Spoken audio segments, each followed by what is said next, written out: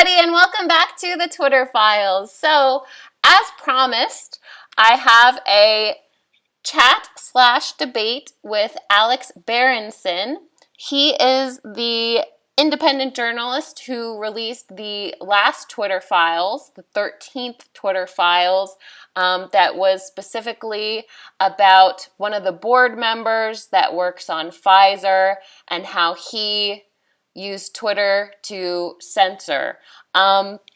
So this will be Alex Berenson talking, as well as in this video, I included something I thought was really important that I got from this Twitter Spaces chat. His name is Answers for Sean. I thought it was really important to hear his message about his son, who he believes was killed from the vaccine, and silenced survivor. So I will list their Twitter handles as well in the description of this video, and I hope that you enjoy. It's a little bit of a heavy subject, but I think it's really important that these people get their voices out there. And now that we have at least one platform that isn't being completely controlled and manipulated, finally we can hear all of these voices that have been silenced for over 3 years. So I hope you enjoy, and yeah, here we go. This is absurd. Yeah, I'll let you. So, Alex, I wanna, if you don't mind, Alex, I want an overview, because I was going through the Substack, and I was about to read it for the audience. But if you can give us, you were trying to give us an overview earlier, and it dropped out. So, we'd love an overview on what your findings were from the files that you read and you summarized in your Substack. Sure. So again, this stack. I just very quick, because I don't know when I dropped out. My Substack is called Unreported Truths. I've been doing it since last May. I've had a Substack. I was not the first person to Substack, but I sort of joined. I would say in the middle of the Substack rush. And I've written almost exclusively, not exclusively, but almost exclusively about COVID and about the vaccines. I joined in part because I was concerned about the pressure of the Twitter regime. The Twitter regime seemed to be facing. But in any case, and by the way, anyone can join the Substack. It's free. You can also pay if you want. The content is roughly the same. So I do that because I want the largest audience possible for my stories. And fortunately, enough people have joined that it's become something that supports me and our family, which is great. So in any case, this piece, which is the first Twitter Files piece that I've written, is about a guy named Dr. Scott Gottlieb. Scott Gottlieb was the head of the FDA from 2017 to early 2019. He was a Trump appointee. He's a physician. I don't know how much he really practiced before he's one of these guys who has spent time at think tanks and consulting for investment banks, but he is he's an MD, and I think he did practice some. Then he joined the FDA. He left the FDA, joined the board of Pfizer, and when COVID came out, when COVID emerged, became a big voice. Sort of, you would say, a centrist conservative voice on COVID. And he called for lockdowns, and he called for contact tracing, a lot of pretty aggressive public health interventions. And again, he's on the board of Pfizer. So it turns out that Dr. Scott Gottlieb in 2021, as the argument over vaccines came out, he's on CNBC, he's on CBS This Morning a lot. He's a very public figure. He was secretly going to Twitter to complain about tweets that raised, I would say, raised problems for Pfizer about the vaccines. He didn't like me personally. I know this independent of these files, but one tweet that said that natural immunity is superior to vaccine immunity, which to my mind, again, is not even a question, and we could have a long debate about that, but it's not even a question.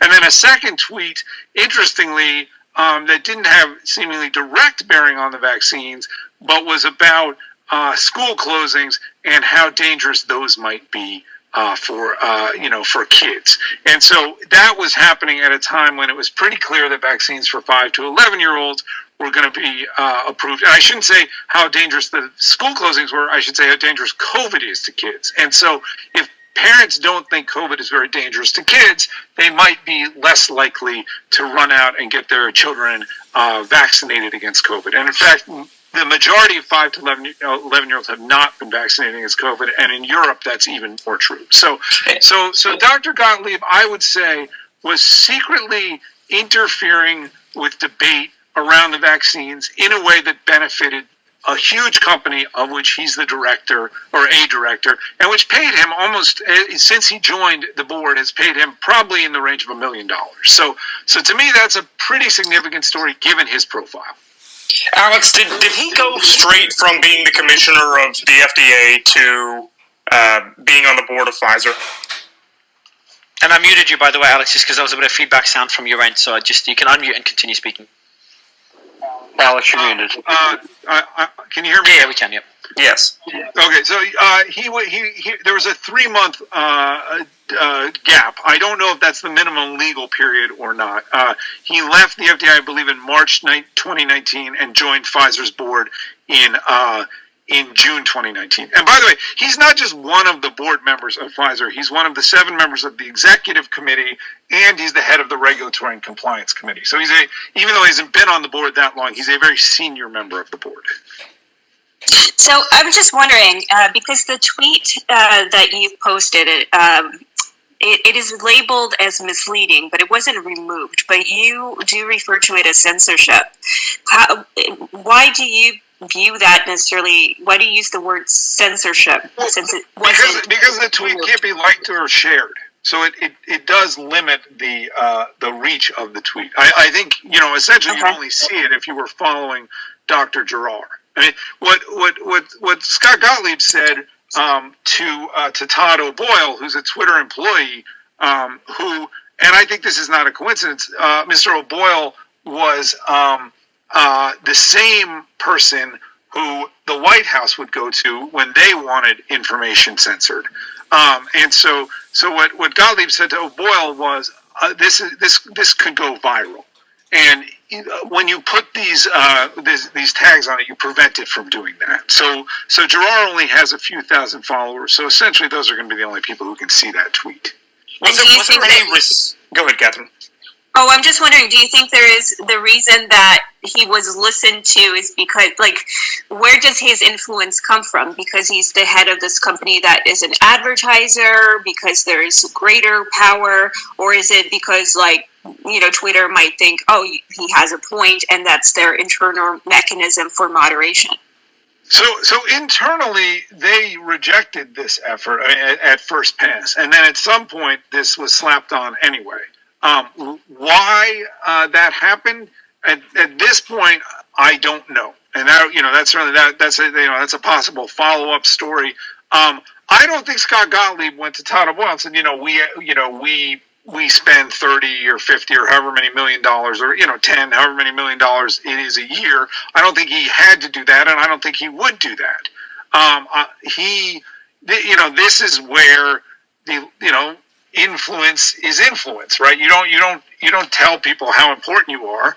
They just know that that you're on TV all the time, and you're in touch with the White House, because Pfizer was, we know, in touch with the White House at this time, and that you're upset about this, and they can respond or not. I mean, this is how the world works. So Alex, can you clarify? Alex, can I ask you very directly, just to understand this? So the tweet in question said, natural immunity is superior to vaccine immunity. The report said that if you're previously infected and you had a dose of the vaccine, you had additional protection. So do you not understand where there's a contradiction there? And why did you not include that very pertinent thing in your Substack? So there's natural immunity, right, which is immunity post-infection. There's vaccine-generated immunity, which is vaccine immunity in people who have not been infected. And then there's what is sometimes called hybrid immunity, although it's not really clear how much of a thing that is, despite what vaccine advocates like to say, which is you are infected and then vaccinated, or vaccinated and then infected. The comparison is if you have been vaccinated and haven't been infected, how likely are you to become infected versus if you were infected in the past, how likely are you to be reinfected? But why only those scenarios?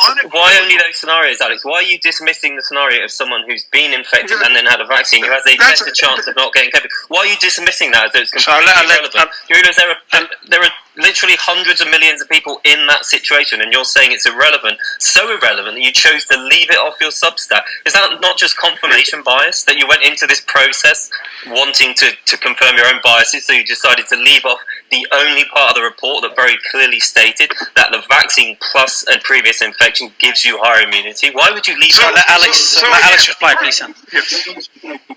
First of all, there's epi data from very large studies following this showing that hybrid immunity isn't actually superior to natural infection, that basically 2 shots plus infection is the same as infection alone, and I'm glad to send you those studies since I don't think you're aware of them.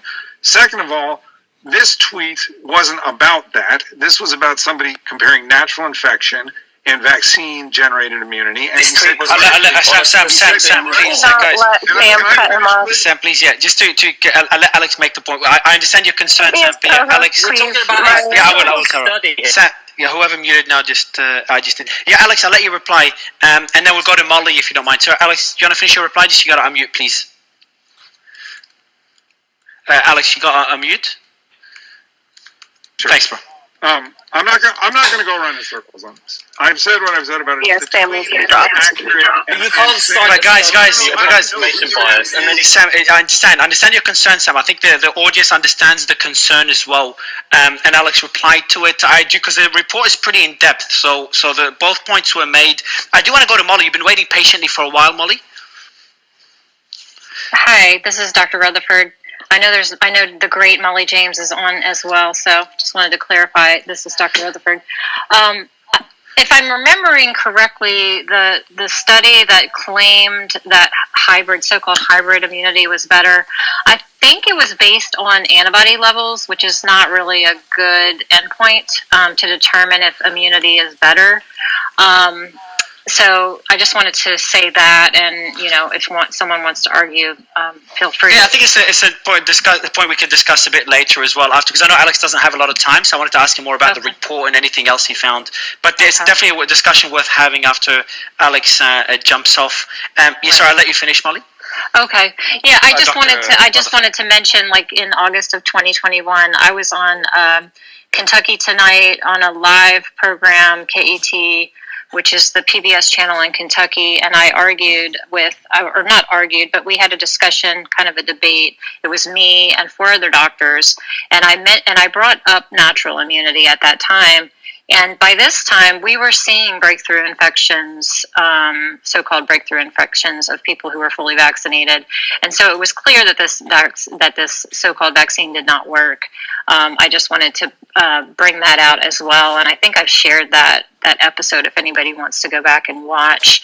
But I wanted to take this opportunity to just thank Alex for his reporting, and also just to reiterate that we know enough now that these shots really need to be stopped. They are causing more harm than good. They're not helping anyone. They don't work.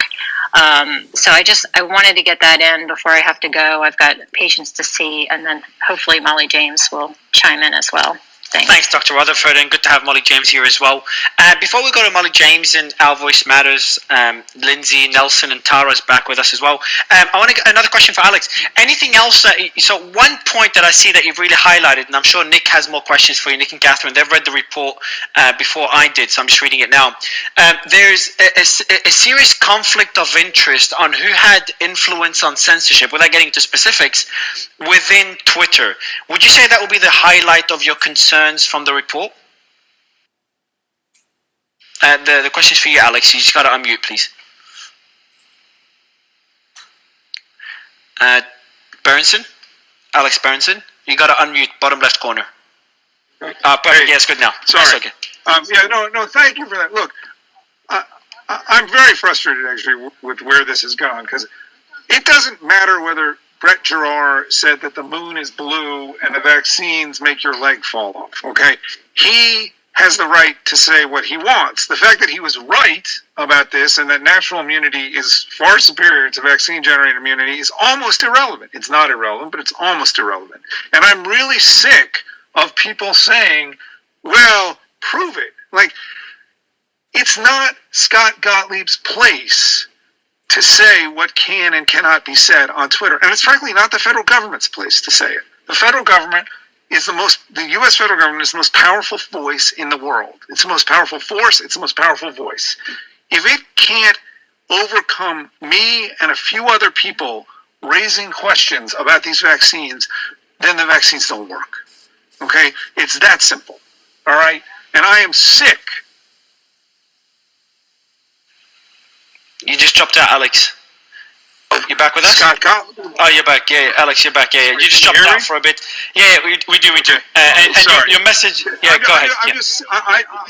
I'm very frustrated with this, and so. I think someone keeps calling him. Yep. Yeah, sorry. So Nick, I know you have a question for him, so I'll let you jump in and ask the question. So Nick has a question for you, Alex. Sure. I have a question for him as well. So maybe after. Yeah, sure. So we'll go 2 last questions. Nick and Tara. Go ahead, Nick. Alex, so you did have this conversation. You did get to read the emails between Gottlieb and Mr. O'Boyle. Were there any responses to him that are notable? So to be clear, and this is where this is the first story. There will be more. I did not see the full conversations. Okay, so and I talk about this in a previous Substack that I published yesterday. There are multiple databases that Twitter is searching here. Okay, it is searching its Slack channels, it is searching its email, and it is searching something called Jira, which is an internal system where they handle tickets, right? So let's say somebody's impersonating Joe Biden and the White House is upset about that. Well, they would go to somebody. This is a good use of this. They'd go to Twitter and say, you know what, this guy's impersonating, and we need to, you got to pull him. And that would get moved to a Jira ticket for a quick response, quicker than what you or I would get if someone was impersonating us. Okay, so what I am seeing, because this is what is searchable quickly, is what was said in the Jira tickets. Okay, it is not the full panoply of what Twitter employees were saying to each other on Slack, much less in other channels, so like a text or a phone. Obviously, that's gone. It's not even email. So what Todd O'Boyle and Scott Gottlieb were talking about outside of Jira, I don't know yet. And that's true, so people want the Fauci stuff too, right? They want to see. But because those searches are complicated and going to take a while, that's going, it's not something we can do right away. But I felt that this story showing that, a director of Pfizer had interfered with debate about the vaccines, and then came on CNBC barely 2 months ago and said, "I didn't do anything like that." To me, that was a significant. What did he say? What did he say on CNBC recently? So this was in October of this year, in response to a story that I wrote about Gottlieb trying to censor me personally. Okay, separate from this other stuff. He tried to censor me personally.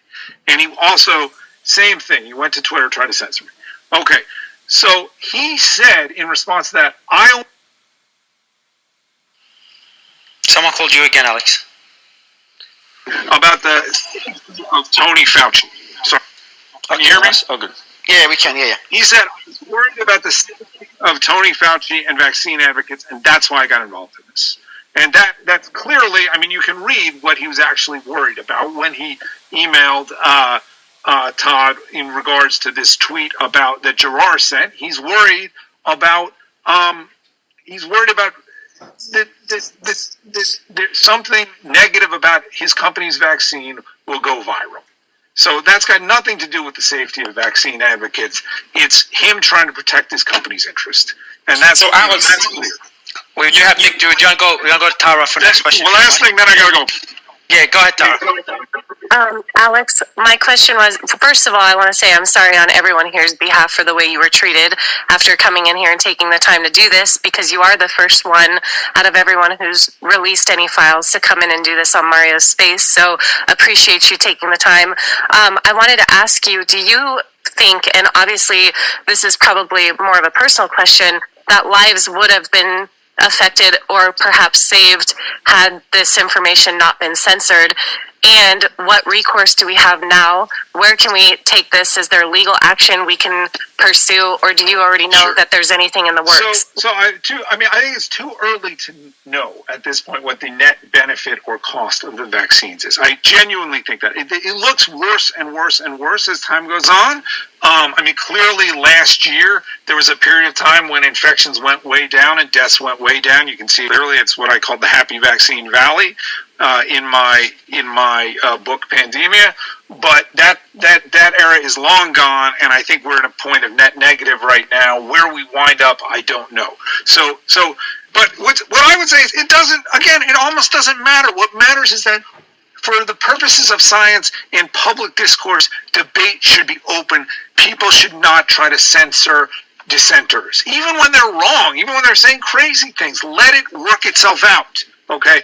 In terms of the question of debate, in terms of the question of what can be done, the short answer is probably nothing. The companies have incredible legal protection on this stuff. Now, I'm personally going to sue Pfizer as well as the White House for their actions in getting me banned from Twitter. And as part of that, hopefully, I'll get some discovery and see what they were saying to each other. But in terms of larger issues of legal liability, the companies have incredible protection. So I gotta go. I have. All right, cool. I'll let you go. Really quickly, Alex, I have other people who are filing lawsuits as well. If you'd like to DM me or have a channel of being able to contact you, if there's an email address or anything, let me know, because I can connect you to those people as well. Cool. Alex, it's a pleasure to have you. Tara as the co-host. You can message her to be connected. I appreciate making the time and joining us, and we'll be continue discussing your job on the panel here. But it's a pleasure to have you on. Thanks a lot, Alex. You're muted, by the way. I'm not sure if you're trying to speak. You are muted, but I appreciate you being on the panel, man. Answers for Sean or Silenced Survivor. Would love you to respond to this and make the point you wanted to make as well. Hi, Mario. Thank you very much. Love you, Tara. I just want to say my perfectly healthy son, who played hockey his whole life, took one Pfizer shot and died 33 days later. He was found dead on the floor beside his bed. And the cause of death is unascertained. Of course, that's what the cause of death is. My son was murdered by this vaccine, and I don't want to hear anyone saying they're safe and effective anymore, because it really pisses me off. And I'm getting mad now. And I'm still being silenced. The other night, Yoko Ono made a post about, what do you wish for 2023? I said, I wish for the truth for why my perfectly healthy son died 33 days after his vaccination. And it didn't get any responses. Hardly anything. My son was named after Sean Yoko Lennon. That's how much I love the Beatles. And my followers always follow me and respond to everything I do, so I'm still being censored. I thought Elon Musk was going to fix all this. It shows that I'm not shadow banned, but that's bullshit, because sometimes I click on my own posts, and for a split second it says nothing to see here. I'm not a whack job or conspiracy theorist. My son died 33 days after a Pfizer vaccine, a hockey player who was perfectly healthy and had no underlying conditions. The vaccine killed my son. There's nothing more to discuss about it. Anyone who says I'm wrong, come and tell me to my face. We'll talk about it. I'm sick of being censored. I want the world to know my son. My son died. Thank you so much, Mario. Thank you for giving me this opportunity. God love you, brother. Thanks, man. Thanks for coming back to the panel, and I appreciate you. And again, I'll give you my number now. I think I said I'll give it to you last. I'm not sure if I did, if you have WhatsApp. And if there's anything you're facing issues with Twitter, if there's a shadow ban or anything else, I'm just sending you my number as we speak, and I can try to help there. I appreciate being here, man. And I'm sorry about, obviously, I think we're all sorry about your loss, man, and the pain you're feeling, and how hard you're trying to fight to get that story heard. That's the second time you come on the space. I've seen you in the space multiple times as well, requesting to speak. I'm guessing you've spoken in other spaces, and look, I don't want to even discuss the points you've made. I just want to, the pain you're feeling is something I cannot even. Yeah, man. It's I'm just unimaginable. going to say, That's for sure. And I just really quickly, Nick. Go ahead. I said I'm on here on Gibson Go right now. It's on his profile. I'm donating $250 to the cause. So, and I would encourage everybody else in the audience to do the same. And I think something important that was said in, the previous space that I've heard you say is that you cannot, have closure until you have answers. And to be left with a response of unascertained, we don't know, is not fair. And it's not fair for Sean, and it's not fair for you as his father. You deserve to know the truth. You deserve the answers that you are asking for. Exactly, Tara. That's all I want. Just someone tell me the truth, please. I hope by doing all of this that's what comes from this, and that's what I was getting at earlier, Mario, is just what is it that we as a group of people, you, Mario, putting these spaces together, which I commend you for doing, because they're not always easy. They're not always easy to balance, and there's a lot of real emotion involved here, obviously. What is the goal? And for me, it's just that. We all deserve answers, and especially those who are directly impacted and affected by the vaccines, they deserve the answers. And Silent Survivor, I think you fight for the same cause. I'd love to give you the mic. Yeah, thanks. Dan, my heart to you and your lovely wife. And, you always have a voice with me. I acknowledge you, I see you, and I love you, and I'll help you. But he's not the only one. There are so many stories just like his, not to undermine yours whatsoever, Dan. So anyway, yep, I'm Silent Survivor. I had 1 dose of Moderna. It's coming up on 2 years. I had an immediate anaphylactic reaction, ongoing neurological issues, and some cardiac issues from it. It's been difficult. I have been censored. I've been deplatformed. I am currently in the last 3 days of a 30-day Facebook suspension. I'm not usually on it for 1 month, and then I get suspended again. I got suspended for sharing a picture of a billboard of Maddie Daguerre, where Maddie Daguerre was in the Pfizer 12 to 15-year-old trial, and she was severely injured after her second vaccine. She today is still in a wheelchair, has an NG tube, and is suffering. Pfizer reported her vaccine reaction, the most severe one, as constipation and stomach pains, and then functional neurological disorder, meaning anxiety. That is not anxiety. That is fraud. That is what Pfizer did. I had a meeting with FDA after a year of requesting it with FDA, CDC, and NIH. NIH didn't show, but FDA and CDC did. And they said I could bring my team. I don't have a team. I was doing this alone, but I had Angela Walbrick, a nurse who had the vaccine in 12 minutes, was in the back of an ambulance, tell her story. I had Ernest Ramirez, whose 16-year-old son died from myocarditis 3 days after the Pfizer vaccine. And then Steph Daguerre and Maddie Daguerre also on that call. We asked for follow-up. We asked for specific information. There has been none. I run Twitter spaces now for the voiceless, the vaccine injured who have been censored, have been silenced, have been maligned.